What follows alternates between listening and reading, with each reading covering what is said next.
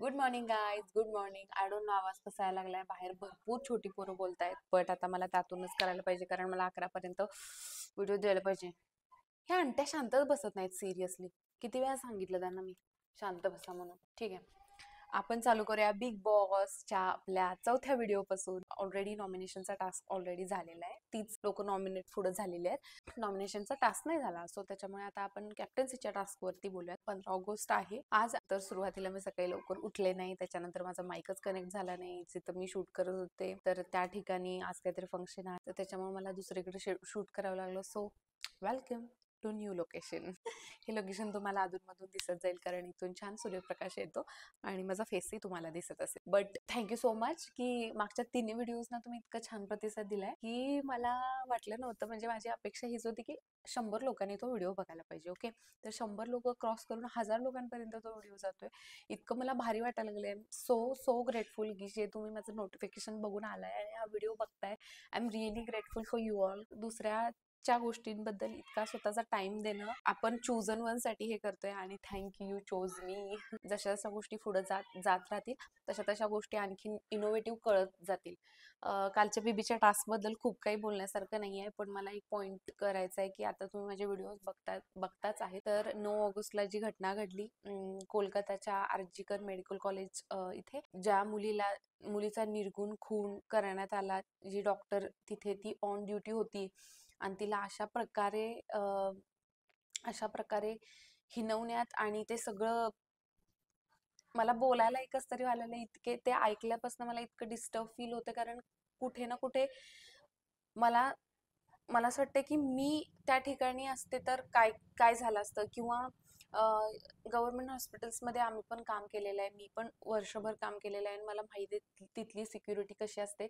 अजिबात सिक्युरिटी नावाचा प्रकार तिथे नसतो. हायरार्की किंवा सुपिरियर इन्फिरियर अशा गोष्टी खूप चालतात. हॉस्पिटलमध्ये जे स्टाफ नसतात पण राजकीय नेते असतात किंवा अशा भरपूर गोष्टी असतात की जे बाहेरून पर्सन, नगरसेवक आणि हे वगैरे वगैरे, तर त्यांची फार इन्व्हॉल्वमेंट असते हे मला माहिती आहे. ॲक्च्युली त्या गोष्टींमुळेच ही घटना घडली.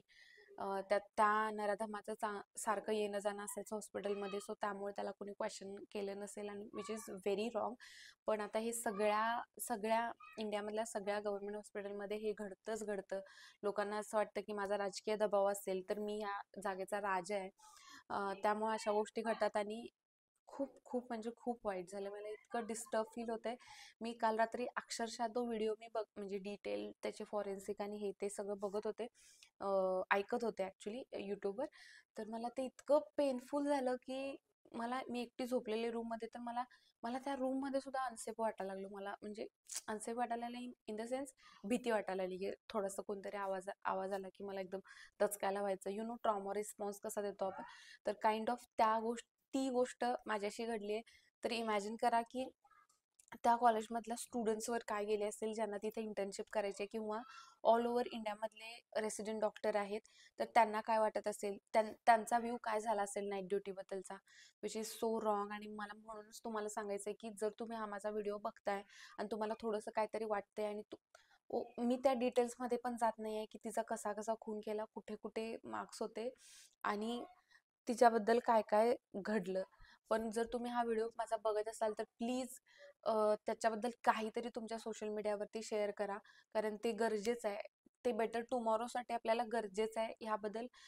ह्या 48 तासाच्या आतमध्ये सुद्धा त्याचा निकाल लागला नाही, एवढं सगळ्यांनी उचलून धरलं सुद्धा, तरी सुद्धा 120 ml ऑफ सिमेंट तिच्या शरीरामध्ये सापडले आणि तेवढं एका पर्सन नाही इजेक्ट करू शकत. मग बाकीचे आरोपी कुठे आहेत, त्यांचा शोध अजून कसा लागला नाही. ह्या गोष्टींना कुठेतरी दाबलं जाण्याचा प्रयत्न होतोय बंगाल सरकारकडून, असं पण सांगण्यात येते. पण मला असं वाटतं की आपल्याला जेवढं करता येईल तेवढं आपण करूयात. प्लीज त्या गोष्टीबद्दल तुम्ही सोशल मीडियावरती शेअर करा. आज 15 ऑगस्ट आहे आणि ह्या गोष्टींबद्दल बोलणं गरजेचंच आहे. कसला इंडिपेंडन्स आपल्याला मिळतोय, असं तुम्हाला काय वाटतंय, कसला इंडिपेंडन्स आपल्याला मिळतोय as a girl, as a women.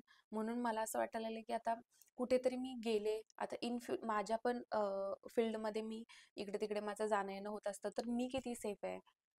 अजूनही लोकशाही इंटॅक्ट आहे आपल्या इंडियामध्ये, तोपर्यंत तुम्ही लगेचच ह्या गोष्टींवर जरासं पाऊल उचला. तुमच्याकडनं काही होत नाही, फक्त आपल्याला एक 24 आवर्स.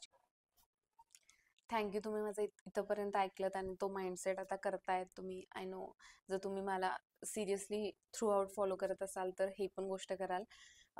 तर मला आता बिग बॉस बद्दल बोलूयात आपण, की मला आज वेगळंच यायला लागलं. Shit यार. तर आपल्याला ह्यातनं एक धक्कादायक गोष्ट जी कळाली, ती वैभवने अभिजितला नॉमिनेट का केलं, तर इरिनासाठी केलं. कारण तो इरिनाला असं असं म्हटला, अभिजित जा जा असं म्हटलं आणि ते डिसरिस्पेक्टफुल वाटलं. म्हणून वैभवने ग्रुपच्या अगेन्स्ट जाऊन त्याचा पर्सनल ग्रज काढला आणि अभिजितला नॉमिनेट केलं. आय डोंट थिंक सो की हे तुला लॉंग रनमध्ये उपयोगी पडेल. आणि दुसरी गोष्ट म्हणजे निकीची स्ट्रॅटजी मला कळते हळूहळू, की ती काय करते, एकदा अनफेअर डिसिजन घेते आणि त्याच्यावर जर लोकांनी अनफेअर किंवा फेअर कसाही असेल, तो एक तिचा स्वतःचा डॉमिनेटिव्ह डिसिजन घेते आणि त्याच्यावर जर कुणी काउंटरॅक्ट केलं, जर त्याच्याबद्दल कुणी काही बोललं, तर त्यांना डॉमिनेट करण्याचा प्रयत्न करते ती. म्हणजे हा चला तुम्ही असं करताय ना, मी पण अशी करीन, मी पण अशी करीन, किंवा बघाच तुम्ही, मला नाही फरक पडत, ह्या असल्या गोष्टी तिच्याकडनं रिपिटेटिव्हली होत आहेत. आणि कुठेतरी तो तिचा गेम प्लॅन दिसतोय, की आधी एकदा स्वतः चुकीचं प्लॅन करा आणि त्याच्यानंतर दुसऱ्यांना त्याच्यावर जर त्यांनी बोट उचललं तर त्यांना डॉमिनेट करा, त्यांना त्या पद्धतीनं घाबरवा आणि आपला गेम जिंका. ही त्याची स्ट्रॅटेजी आहे, ती पहिल्यापासून ही स्ट्रॅटेजी करते. Same goes with Arbaaz. तो शॉर्ट टेम्पर्ड आहे, दंगा करतो, दंगा केल्यानंतर त्याला काही जमत नाही. अंकितानं आणि पॅडीदादांनी चांगली गोष्टी तिथं मांडल्या गेम खेळताना किंवा स्ट्रॅटेजी आखताना.